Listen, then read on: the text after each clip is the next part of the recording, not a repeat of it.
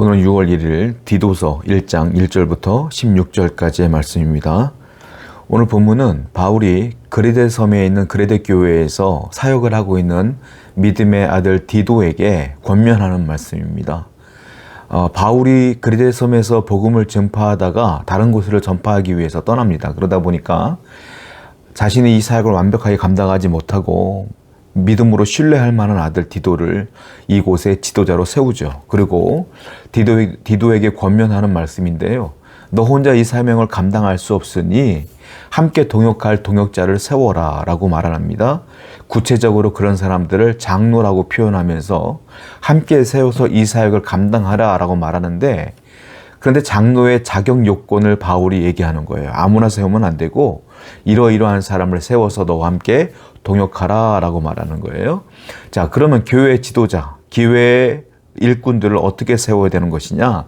1절 한번 보겠습니다. 하나님의 종이요 예수 그리스도의 사도인 나 바울이 사도된 것은 하나님이 택하신 자들의 믿음과 경건함에 속한 진리의 지식과, 바울은 자신을 어떻게 표현하고 있냐면 나는 하나님의 종이라 이렇게 표현하고 있어요. 하나님의 종이요, 그리고 예수 그리스도의 사도인 나 바울 이렇게 표현해요. 바울은 자신을 어떻게 인지하고 있냐면 나는 하나님의 종이다, 그리고 그리스도의 사도다 이렇게 표현하고 있어요. 이게 왜 중요하냐면 바울은 자신을 어떻게 인식하고 있냐가 중요한 거예요. 이걸 다른 말로 뭐라고 말하냐면 정체성이라고 그래요. 바울의 정체성은 분명했고 바울은 그것을 분명히 인지하고 있었다는 겁니다. 그 정체성이 뭐예요? 하나님의 종이라 그랬어요.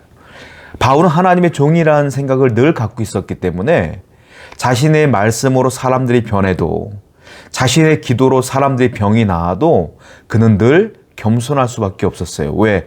나는 하나님의 종이야 라는 인식이 있었기 때문에 그렇습니다. 사람이 겸손하려면 이와 같이 나는 하나님의 종입니다 라는 정체성이 있어야 된다라는 거죠. 또 하나, 바울은 나는 예수 그리스도의 사도다 이렇게 표현하고 있어요. 자, 그리스도의 사도다라는 것은 무슨 말이냐면 사람들은 다 자신의 이익과 유익과 기쁨을 위해 살아요. 내가 잘 살기 위해 살아요.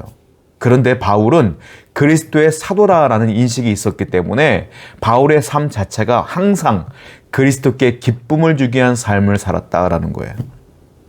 나를 위한 삶이 아니라, 나의 이익이 아니라, 유익이 아니라 하나님의 이익, 그리스도의 유익을 위하여 산 사람이 바울이다라는 것이죠. 그렇기 때문에 그는 어떠한 환경과 어려움 속에서도 믿음을 지켰고 사명을 감당했으며 기쁨으로 순교하여 하늘나라에 입성했습니다. 여러분, 그래요. 우리들에게는 항상 정체성이 필요하다라는 거예요. 성도의 정체성이 무엇일까요? 우리는 하나님의 종입니다. 우리는 하나님의 대사입니다. 이 사실을 분명히 알아야 돼요. 그래야 사람들을 대할 때나 여러분들이 속한 직장이나 사업장과 가정 속에서 그리스도의 이름을 높이기 위해 우리가 노력하고 참고 인내하는 거 아니겠어요? 오늘도 믿음을 지키기 위해 그리스도인이라는 정체성을 분명히 깨닫고 살아가는 여러분 되기를 축원드립니다. 6절 말씀 볼게요. 아까 제가 말씀드린 것처럼 장로를 세워라 라고 하고 그 장로의 자격 요건을 말하는데 6절에 거기 나와 있어요. 책망할 것이 없고 한 아내의 남편이며 방탕하다는 비난을 받거나 불순종하는 일이 없는 믿는 자녀를 둔 자라야 할지라. 장로를 세울 때 어떻게 되겠냐면 책망할 것이 없어야 된다. 영적으로나 도덕적으로나 흠잡을 것이 없는 사람을 세워라 이 말이에요. 또 하나, 한 아내의 남편이어야 된다. 한 아내의 남편은 뭡니까? 건실한 가정을 이루고 꾸리는 자. 그러니까 이 당시에는 한 아내의 남편이 왜 중요하냐면 남자가 여러 여자를 거느리고 살 때가 많았다는 것이죠. 그러니까 이 성적인 문란한 시대이기 때문에 이 여자 저 여자 다 만나고 사는 사람들은 안 된다는 거예요. 건실하게 한 가정을 이루고 한 아내의 남편인 사람만을 장로로 세워야 된다라고 표현하고 있어요. 그리고 방탕하다는 비난을 받거나 불순종하는 자녀가 없어야 된다. 자녀들도요, 믿음이 있어야 되고 그 자녀들조차도 쟤는 왜 이렇게 방탕해, 부모는 신실한 것 같은데 이런 얘기를 들어서는 안 된다는 거예요. 이게 한마디로 무슨 말이냐? 다 가정에 관한 말이죠. 그러니까 디도의 동역자인 장로를 세울 때는 어떤 사람이 되냐면 가정을 잘 세우고 가정을 돌볼 수 있는 사람을 세워야 된다. 왜? 가정을 잘 돌보는 자가 교회 공동체를 돌볼 수 있기 때문이다 라는 거예요. 그러므로 장로를 세울 때는 그 가정 생활을 봐야 된다라는 것이죠.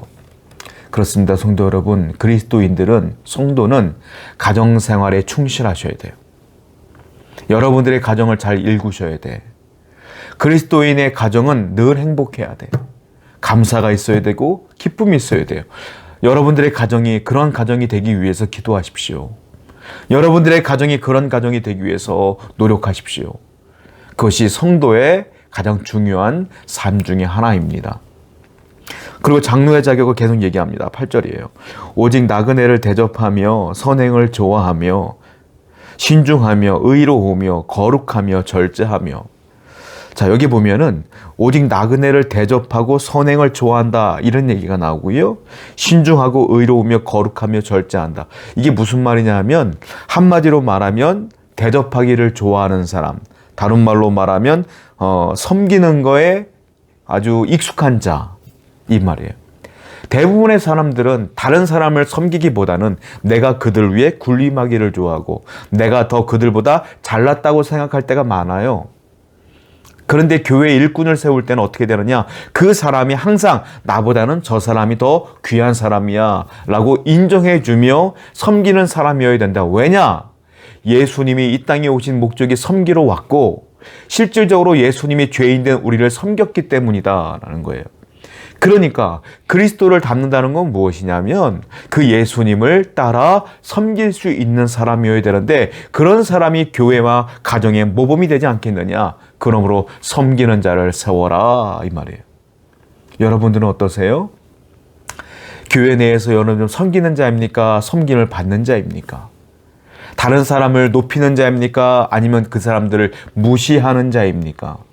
다른 사람의 상처를 꿰매어주고 보듬어주는 자입니까? 상처를 주는 자입니까? 항상 겸손하고 섬기는 자야지만 교회 일꾼으로 세워질 자격이 된다 이 말이에요. 그러므로 우리는 항상 하나님 앞에 온전히 겸손한 자가 되어지며 섬기는 자가 되어야 될 줄로 믿습니다.